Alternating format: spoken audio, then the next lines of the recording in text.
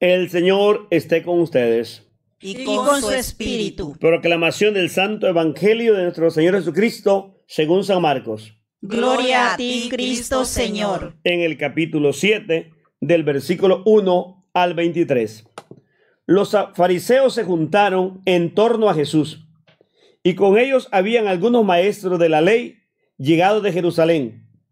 Esta gente se fijó en que algunos de los discípulos de Jesús tomaban su comida con manos impuras, es decir, sin habérselas lavado antes, porque los fariseos, al igual que el resto de los judíos, están aferrados a la tradición de sus mayores y no comen nunca sin haberse lavado cuidadosamente las manos. Tampoco comen nada al volver del mercado sin antes cumplir con estas purificaciones.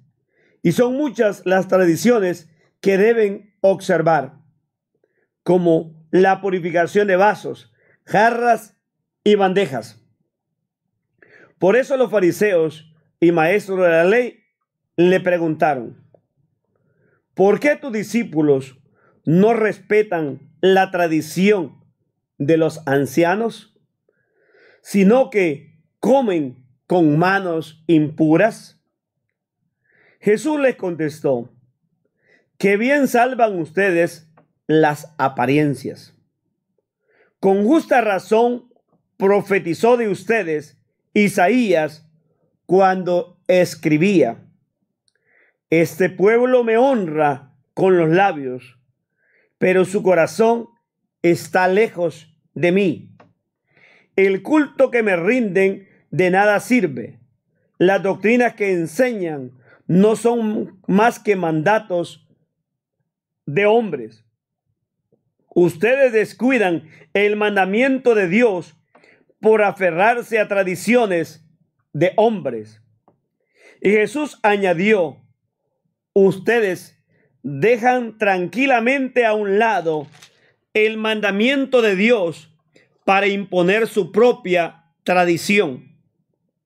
Así, por ejemplo, Moisés dijo: cumple tus deberes con tu padre y con tu madre, y también el que maldiga a su padre o a su madre es reo de muerte. En cambio, según ustedes, alguien puede decir a su padre o a su madre: lo que podías esperar de mí es consagrado, ya lo tengo reservado para el templo. Y ustedes ya no dejan que esa persona ayude a sus padres. De ese modo, anulan la palabra de Dios con una tradición que se transmiten, pero que es de ustedes. Y ustedes hacen además otras muchas cosas parecidas a estas. Jesús volvió a llamar a la gente y empezó a decirles: escúchenme todos y traten de entender. Ninguna cosa que de fuera entra en la persona puede hacerla impura. Lo que hace impura a una persona es lo que sale de ella. El que tenga oídos, que escuche. Cuando Jesús se apartó de la gente, entró en casa junto con sus discípulos. Ellos le preguntaron sobre lo que había dicho. Él les respondió: ¿también ustedes están cerrados? ¿No comprenden que nada de lo que entra de fuera a una persona puede hacerla impura? Pues no entra en el corazón, sino que va al estómago primero y después al basural. Así Jesús declaraba que todos los alimentos son puros. Y luego continuó: lo que hace impura a la persona es lo que ha salido de su propio corazón. Los pensamientos malos salen de dentro del corazón.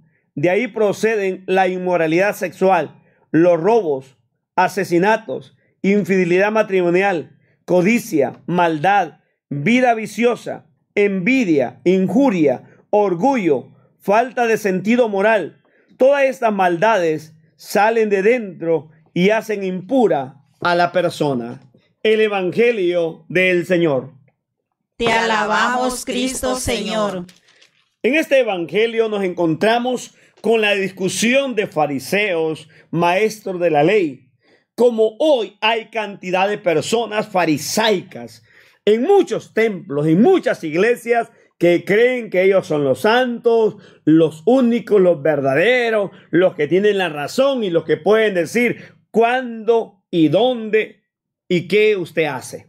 Sobre todo aquellos grupos y obispos y sacerdotes que le niegan la comunión al pueblo de Dios, que se creen que tienen autoridad más que Jesucristo, donde el mismo Cristo le dio de comer y de beber a Judas el día de la institución de la Eucaristía.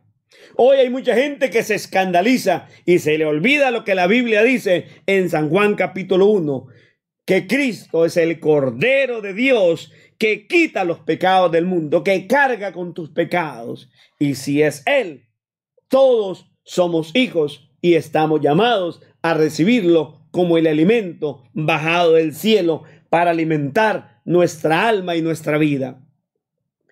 La gente se alarmaba porque los discípulos no se lavaban las manos para comer. Eso es higiene, es una norma de urbanidad. También el lavar los platos, el lavar las ollas, los sartenes y todo lo que hay que hacer. Pero muchos de nosotros le damos más importancia a las leyes creadas e impuestas por los hombres que marginan, que explotan, que someten, que humillan. Y se nos olvida la palabra de Dios, que es liberadora, que lo que Dios dijo: aunque tus pecados sean tan rojos como la escarlata o tan negros como la gangrena, yo los blanquearé.